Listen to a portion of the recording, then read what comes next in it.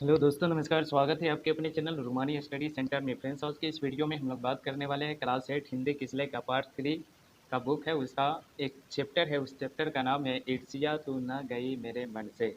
उस चैप्टर का जितने भी प्रश्न अभ्यास है उन सभी का आज हम लोग उत्तर जानेंगे। तो आइए टाइम को बिना व्यस्त किए हुए वीडियो को स्टार्ट करते हैं। तो जैसा कि आप लोग देख रहे हैं, क्वेश्चन नंबर फर्स्ट है, वकील साहब सूखे क्यों नहीं है। वकील साहब सूखे क्यों नहीं है।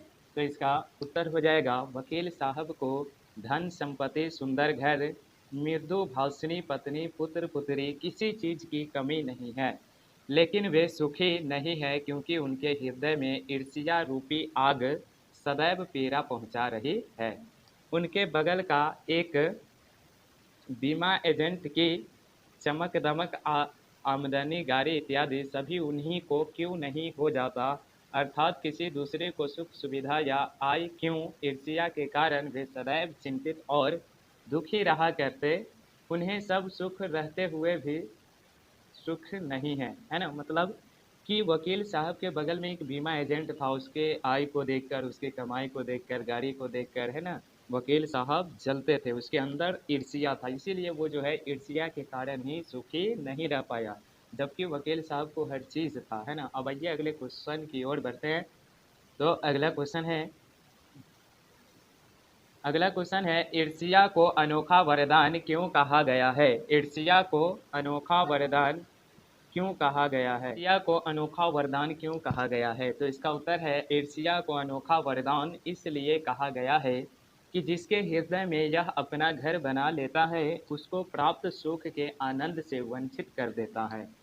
मतलब कि ईर्ष्या को अनोखा वरदान इसलिए कहा गया है क्योंकि ये जिसके हृदय में, दिल में अपना घर बना लेता है, उसको जितने भी चीज़ होता है अपने पास, उससे वो कभी आनंद नहीं ले पाते हैं। ऐसा व्यक्ति जिसके हृदय में ईर्ष्या होती उसे अप्राप्त सुख दंश की तरह दर्द देता है।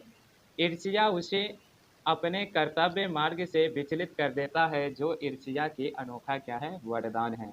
अब आइए अगले क्वेश्चन की ओर बढ़ते हैं। अगला क्वेश्चन है, ईर्ष्या की बड़ी बेटी किसे और क्यों कहा गया है। यह क्वेश्चन बहुत ही वीवीआई क्वेश्चन है।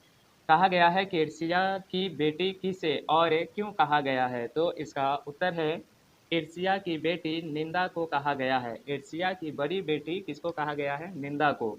जिसके पास ईर्ष्या होती वह ही दूसरों की निंदा करता है। ईर्ष्यालु व्यक्ति सोचता है कि अमुक व्यक्ति यदि आम लोगों के नज़र से गिर जाए तो उसका स्थान हमें प्राप्त हो जाएगा। लोग निंदा क्यों करते हैं, ताकि उस जिस आदमी के बारे में निंदा करते हैं उसको वो लोगों की नज़रों से गिरा कर और उस स्थान पर वो पहुंचने के लिए क्या करता है, निंदा करता है। इस प्रकार निंदा ईर्ष्यालु व्यक्ति का सहायक बनकर ईर्ष्या रूपी आग को और भी अधिक बढ़ा देता है। इसलिए तो निंदा को ईर्ष्या की बेटी कही गई है। अब आइए अगले क्वेश्चन की ओर बढ़ते हैं। अगला क्वेश्चन है, ईर्ष्या से बचने के क्या उपाय है। ईर्ष्या से बचने का क्या उपाय है, कैसे बचा जाए ईर्ष्या से। तो इसका राइट आंसर है, ईर्ष्यालु व्यक्ति सभ्य, सज्जन और निर्दोष व्यक्ति की भी निंदा करता है। जो ईर्ष्यालु व्यक्ति होते हैं वो अच्छे आदमी के, निर्दोष व्यक्ति की भी क्या करता है, निंदा करता है। ईर्ष्यालु उसे समाज में नीचा दिखाना चाहता है, तो ऐसे अवस्था में उस सज्जन व्यक्ति को चाहिए कि वह अपनी कमजोरी को देखे और उसे दूर कर उसे प्रभावित करे, कि ईर्ष्यालु व्यक्ति के हृदय में स्थित ईर्ष्या निकल जाए। यही उससे बचने का उपाय है ना। जो ईर्ष्यालु व्यक्ति होते हैं वो अच्छे अच्छे आदमी की भी क्या करते हैं, निंदा करते हैं, ताकि वो लोगों की नज़रों से क्या हो, गिर जाए, है ना।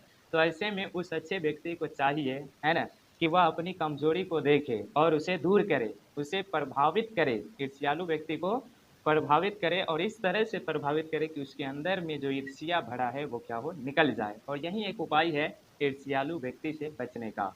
अब आइए अगले क्वेश्चन की ओर बढ़ते हैं। अगला क्वेश्चन है, ईर्ष्या का लाभदायक पक्ष क्या हो सकता है। ईर्ष्या का लाभदायक पक्ष क्या हो सकता है, मतलब ईर्ष्या अगर कोई कर रहा है तो उससे लाभ क्या हो सकता है। तो इसका राइट आंसर है, ईर्ष्या से स्पर्धा होती है। जब स्पर्धा की बात ईर्ष्या से होती है तो वह आदमी अपने कर्म बदौलत अपने प्रतिद्वंदी को पछाड़ना चाहता है।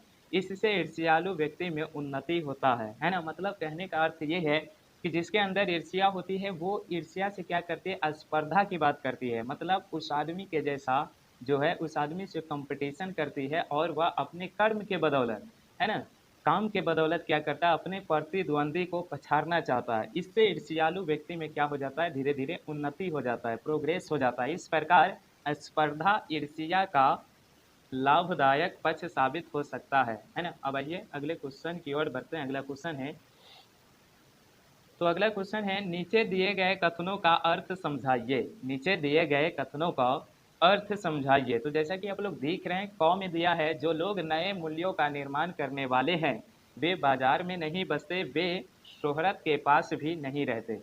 ये कथन है जो कहा गया है कि जो लोग नए मूल्यों का निर्माण करने वाले हैं वे बाजार में नहीं बसते, वे शोहरत के पास भी नहीं रहते। तो इसका अर्थ क्या है, तो इसका अर्थ है कि जो लोग ईर्ष्यालु से बचना चाहते हैं अथवा नए मूल्यों का निर्माण करना चाहते हैं वे बाजार में नहीं बसते, वे यश या अपयश की भी चिंता नहीं करते, है ना। मतलब कि जो आदमी नए मूल्य का निर्माण करने वाला होता है वह कभी भीड़ों में खड़ा नहीं होता, बाजारों में नहीं जाता, है ना, और वो जो है अपनी कामयाबी का एक अलग रास्ता खोज लेता है। अब आइए अगले कथन की ओर देखते हैं। तो अगला कथन है, ख में, आदमी में जो गुण महान समझे जाते हैं उन्हीं के चलते लोग उससे जलते भी हैं। आदमी में जो गुण महान समझे जाते हैं उन्हीं के चलते लोग उससे जलते भी हैं।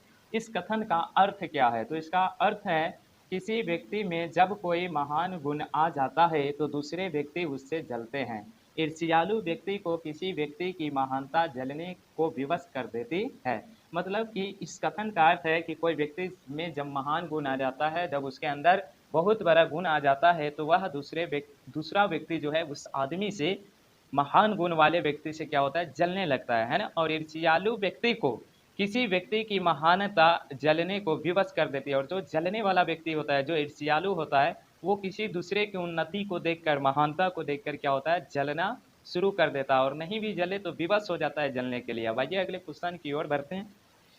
तो ग में है, चिंता चीता समान होती है। चिंता चीता समान होती है, इस कथन का अर्थ क्या है, तो इसका अर्थ है कि चिंता चीता के समान होती है, अर्थात जिसे चिंता हो जाती है उस व्यक्ति की जिंदगी ही खराब हो जाती है ना। मतलब चिंता चीता के समान कैसे है, क्योंकि जिस व्यक्ति में चिंता हो जाती है उस व्यक्ति की जिंदगी ही क्या हो जाती है, खराब हो जाती है। वह व्यक्ति को गला कर रख कर देती है। चिता वाला व्यक्ति अपने कर्तव्य को भूल जाता है तथा उसकी अवनति होने लगती है ना। जिस व्यक्ति को चिंता होने लगता है वो धीरे धीरे क्या हो जाता है, जल कर राख हो जाता है ना। अब आइए अगले क्वेश्चन की ओर बढ़ते हैं। तो अगला क्वेश्चन है, अपने जीवन की किसी घटना के बारे में बताइए जब, अपने जीवन की किसी घटना के बारे में बताइए जब क में दिया है किसी को आपसे ईर्ष्या हुई हो। अपने जीवन की एक ऐसी घटना के बारे में बताना है जब किसी से आपको क्या हो गया हो, आपसे ईर्ष्या हुई हो किसी को, है ना। तो इसका राइट आंसर है, एक सिपाही को हमसे ईर्ष्या हो गई, कारण कि मैं अपने वर्ग में प्रथम आया करता हूँ। हमारा गुण शिक्षकों का भी ध्यान हमारी ओर आकर्षित कर लिया था। शिक्षक हमें बराबर प्रोत्साहित करते रहते थे। वे ईर्ष्यालु सहपाठी हमारे बारे में शिक्षकों से झूठी शिकायत करने लगे, है ना। अब आइए अगले क्वेश्चन की ओर बढ़ते हैं। तो इसी में आगे और है कि थोड़ी देर के लिए